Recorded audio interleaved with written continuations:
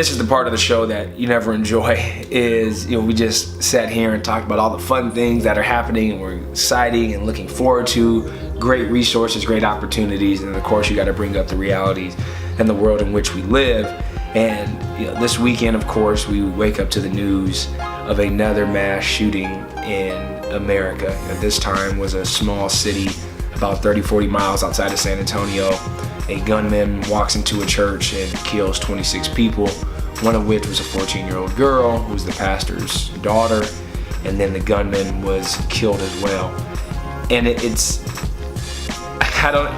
every time this news breaks, and let's not keep in mind, there was also the terrorist attack in New York that just took place during the week. And the shooting in Walmart. The shooting in Walmart in Colorado. I just, this news is every single week we wake up to craziness. Mm-hmm. And every time I've read it, it does something to me. But now it's getting to the point where I'm genuinely getting enraged at headlines, at the actions of people. And if you are not enraged by what is happening, something's got to change. Genuinely something's got to change. And this is where I feel helpless at times. Is I know that change really just starts with one person.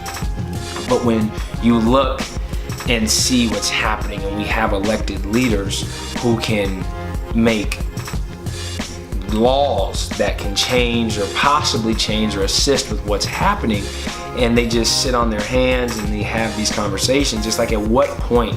At what point does something change? At what point do we put politics aside? At what point do we put the lobbyists who are filling our pockets aside? At what point do we sit here and come together as a nation, as a community, as a group of humans, as people, and say enough is enough? At what point? We have concert goers who are being shot at. We have church goers who are being shot. We have middle school children. There's no place is safe. Nothing is off limits. Where did we go wrong as a world where nothing is off limits, where we don't respect anything? Even if we have our disagreements, we're not all gonna agree. We can understand that. But where did we go wrong that no place is safe anymore? Kids aren't safe. Churches aren't safe. Our homes aren't safe. Where can we go? Honestly, where can we go as a people? And I just feel that we are so broken as a country. So broken. And we all have our own prejudices, our own biases, and I'm guilty of that. And if you say that you don't have an innate prejudice or bias, you're lying to yourself. Go look in the mirror and call yourself a liar, and then from there, go ahead and make changes. We all have it, and we fight it every single day. And it's one of these where I just read that this morning or over the weekend, and I was like, what is going on in the world? I'm on the plane, back home, and I just put my R&B on. R&B is my happy place. If I'm ever in a bad mood, I just got to put on a good R&B playlist, and it soothes my spirit. And I'm just looking around the plane, and I was like, here are all these people. I don't know any of these individuals at all, except for my colleague who was on the plane. Now here are these group of people, and I don't know any of their backgrounds. They don't know my background, but we're all in this place together. We have a shared destination. We have a shared experience in the fact that we left one destination and we're going to another together. So there's a connectedness that brings us together solely on that. And there's probably people who have varying different beliefs, religious beliefs, sexual orientations, identities, all of that, but we're in this connected space.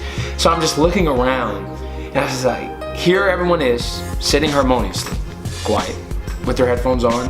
Some are sleeping. None of us know each other, but there's a peace and a harmony that is in that. And we go on about our days and nothing happened. And it's why can't that small little moment of harmony and peace, of complete difference, translate into the world? And I really just don't know what to do anymore. I know I'm talking a lot right now, but it's genuine. It's tough. 26 people killed in a church by an assault rifle. What's going on in the world? Genuinely, what's going on? We're not even surprised by this. No. Like, and I think that's the worst part, is we're not even surprised by what's happening. Like, it's like, okay, like we're expecting another. Like that we're always expecting another. Like, what a sad state of affairs when we continue to expect the worst things to happen. It's like, okay, this attack happened. All right, what's the next city? Hopefully I'm not there. Hopefully I don't know anyone there. What? That's how we live our life now?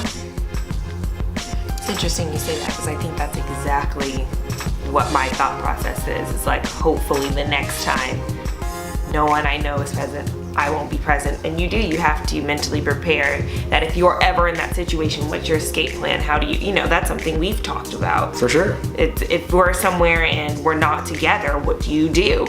And it's sad to have to tell people you need to have these conversations. Sometimes you can't do anything but duck and hope you don't get hit. But like, we should not have to mentally prepare for a mass shooting